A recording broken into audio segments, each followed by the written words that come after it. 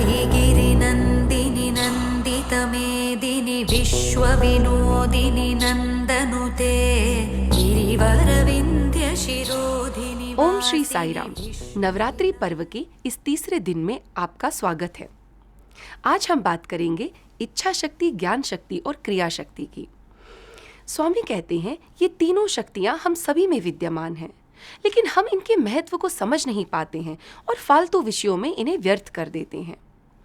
इच्छा शक्ति यानी विल पावर, किसी विचार को सृजन करने की शक्ति। ज्ञान शक्ति यानी पावर ऑफ नॉलेज, किसी भी विषय या किसी भी विचार को समझने की शक्ति। क्रिया शक्ति यानी पावर ऑफ एक्शन, किसी भी विचार को कर्म में परिवर्तित करने की शक्ति।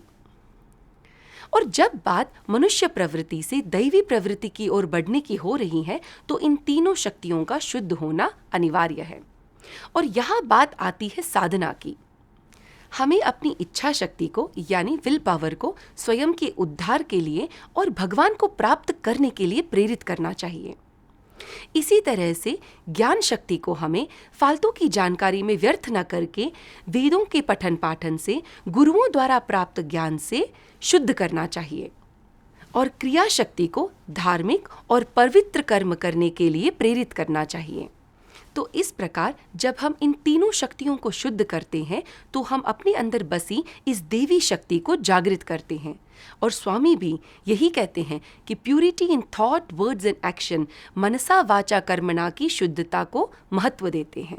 तो इसलिए Swami purity in thought, word and action यानी मनसा वाचा कर्मणा की शुद्धता को अत्यधिक महत्व देते हैं। तो आइए जानते हैं डॉक्टर पूर्णश्री देवी जी का अपना अनुभव।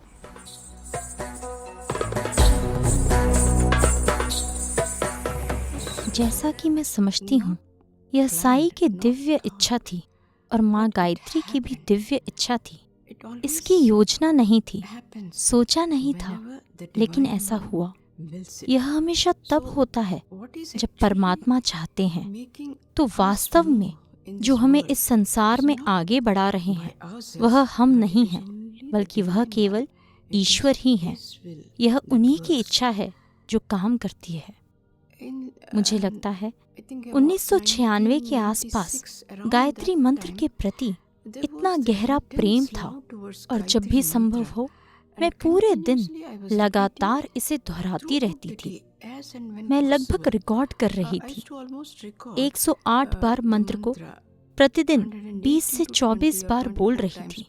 तो उस दोहराव ने मुझे मजबूत बना दिया और मैंने कई बाधाओं को पार कर लिया, और माँ गायत्री के उस स्वरूप के प्रति अगाध प्रेम भी उत्पन्न हो गया। 1998 में जब माँ को प्रशांति निलयम में स्थापित किया गया, तो मुझे उन्हें देखकर बहुत प्रसन्नता हुई।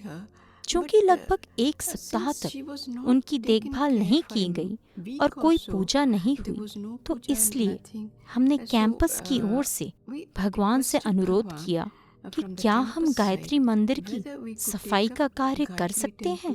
इसकी शुरुआत तब मंदिर की सफाई से हुई। तुरंत भगवान का उत्तर था, लक्षणगा, बहुत अच्छा। अतः स्वामी हमारे अनुरोध से प्रसन्न हुए और फिर हमने भगवान की अनुमति से आवश्यक अनुमतियां ली। आरंभ में इसकी शुरुआत थोड़ी सफाई, दीपक जलाने और अष्टोत्तरम पूजा से हुई।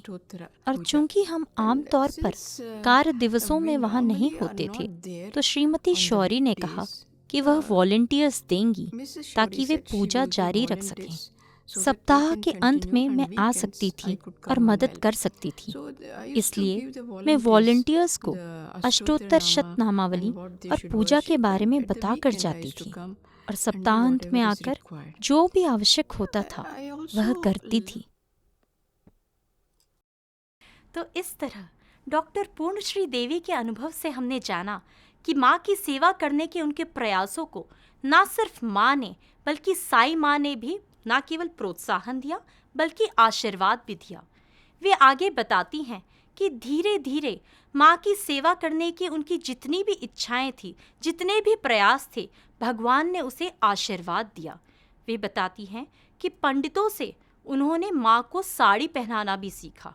जब उन्होंने गायत्री माँ को पहली बार साड़ी पहनाई तो उन्होंने स्वयं अनुभव किया कि माँ कितनी प्रसन्न है, और उस दिन जब वे कुलवंत जाती हैं तो भगवान भी उन्हें बहुत आशीर्वाद देते हैं। वे आगे ये भी बताती हैं कि इन माँ को हमें साधारण नहीं समझना चाहिए। वे साक्षात बैठी हुई हैं, वे आदि शक्ति हैं। अपने प्रयासों से, अपनी आराधना से उन्होंने यह भी जाना कि माँ की आराधना केवल श्री सूक्तम, केवल देवी सूक्तम से नहीं करनी चाहिए, बल्कि पुरुष सूक्तम से भी करनी चाहिए, क्योंकि उनमें सभी शक्तियाँ समाहित हैं। वे आदि शक्ति हैं। तो इसी तरह नवरात्रि से जुड़ी हुई, प्रशांति की नवरात्रि से जुड़ी हुई, देवी की महिमा से जुड़ी हुई कुछ और भी बातें जानने के लिए हमारे साथ जुड़े रहिए। जय साई राम।